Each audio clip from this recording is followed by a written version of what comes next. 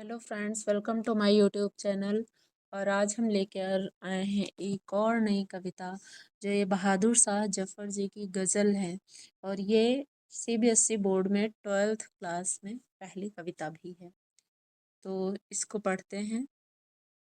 ये शायरी के पैटर्न में इन्होंने लिखा है, दो दो की ये शायरी हैं जिनको जोड़कर एक पूरी गज़ल बनाई गई है। तो पहली लाइन है कि लगता नहीं है दिल मेरा उजड़े दयार में, किसकी बनी है आल में नापायदार में। मतलब ये उस समय कविता लिखी है जब 1857 का जब विद्रोह हुआ है, और उसके बाद बहादुर शाह जफर जी को कैद कर लिया गया था और रंगून भेज दिया गया है। तो जब ये अपने देश से दूर चले गए हैं तब लिखा है इन्होंने। और पहली जो लाइन है, लगता नहीं है दिल मेरा उजड़े दयार में, किसकी बनी है आल में नपायदार में। तो बहादुर शाह जफर जी मेनली इस लाइन में कहते हैं कि मेरा इस उजड़े संसार में, मतलब लगता नहीं दिल, मेरा दिल नहीं लगता इस उजड़े दयार में। दयार यानी संसार में, मतलब ये संसार जो दुख रूपी संसार है उसमें मेरा दिल नहीं लगता है। किसकी बनी है आलमे नापायदार में। आलमे नापायदार का मतलब होता है नश्वर संसार। तो ये कह रहे हैं कि इस ये जो नश्वर संसार है ये सदा रहने वाला नहीं है और इसमें मेरा दिल नहीं लगता है।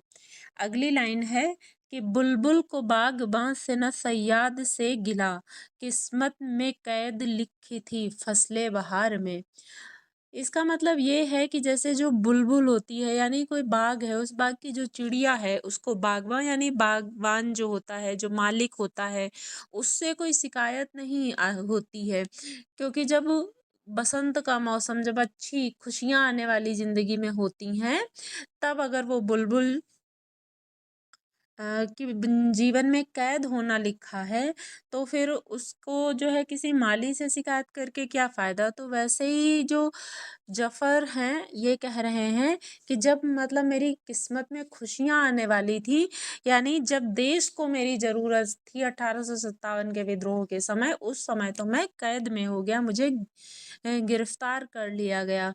अगली लाइन है कि इन हसरतों से कह दो कहीं और जाके बसें, इतनी जगह कहाँ है दिले दागदार में। मतलब कह रहे हैं जो मेरी उम्मीदें हैं, जो मेरी हसरतें, मेरी इच्छाएं हैं, इनसे कहो कि मुझे परेशान ना करें, क्योंकि मेरा जो दिल दागदार मतलब इतने दुख है मेरे दिल में कि अब मेरी इच्छाओं को झेलने की क्षमता नहीं है। कुल मिलाकर जो उनकी उम्मीदें हैं, अपनी उम्मीदों को एक मतलब संदेश दे रहे हैं कि अब हमारे दिल में इतनी जगह नहीं बची है कि हम अपनी उम्मीदें पाल सकें। अगली लाइन है, एक साख गुल पे बैठ के बुलबुल है शादमां, कांटे बिछा दिए हैं दिले लाल हजार में।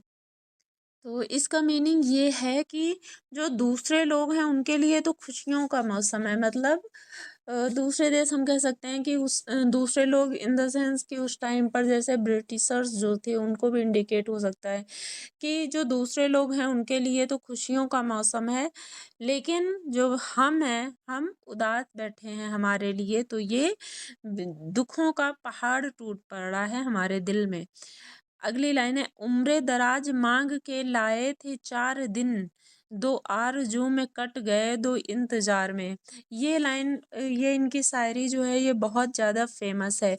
उम्रे दराज मांग के लाए थे 4 दिन, यानी कह रहे हैं कि जो हम खुदा से लंबी उम्र मांग कर लाए थे वो कितनी निकली, सिर्फ 4 दिन की, जिसमें दो तो इस उम्मीद में कट गई, दो आरज़ू में कट गई यानी उम्मीद में कट गई, यानी खुशियों खुशियों की इच्छा में कट गई, और दो इंतजार में, और जो 2 दिन थे वो इंतजार में कट गए। मतलब कुल मिला के जो जिंदगी थी वो 2 फेजेस में कटी, मतलब 2 पड़ाव में कटी। पहले पड़ाव में क्या रहा कि हम खुशियां मिलेंगी इस चाहत में रहे, और अगली जो थी वो खुशियों के इंतजार में कि कब खुशियां मिलेंगी, इस तरीके से। अगली लाइन है कि दिन जिंदगी के खत्म हुए शाम हो गई, फैला के पांव सोएंगे कुंजे मजार में। यानी कह रहे हैं दिन जिन दिन जिंदगी के खत्म हुए, मतलब अब हमारी जो जिंदगी है वो खत्म होने की कगार पर आ गई है। और हम अब शाम हो गई है, मतलब अब हमारी जिंदगी खत्म होने वाली है, मृत्यु आने वाली है। फैला के पाँव सोएंगे कुंजे मजार में, कुंजे मजार मतलब कब्र में। तो कह रहे हैं कि अब तो जिंदगी खत्म होने के कगार पे आ गई है, और अब तो समय आ गया है कि जब अपनी कब्र में सुकून से चिर निद्रा में सोया जाए। अगली लाइन है कि कितना है बदनसीब जफर दफन के लिए 2 गज जमीन भी न मिली कुएं यार में। कुएं यार मतलब प्रेमी की गली, या फिर अपना अपना देश, अपनी मातृभूमि। तो अगली लाइन है कि कितना है बदनसीब जफर, मतलब वो खुद को कह रहे हैं कि मैं कितना बड़ा अभागा हूँ कि मुझे, मतलब मेरी मृत्यु के बाद दफन करने के लिए मुझे 2 गज जमीन भी अपने उस देश में नहीं मिल सकी जो मेरी मातृभूमि थी।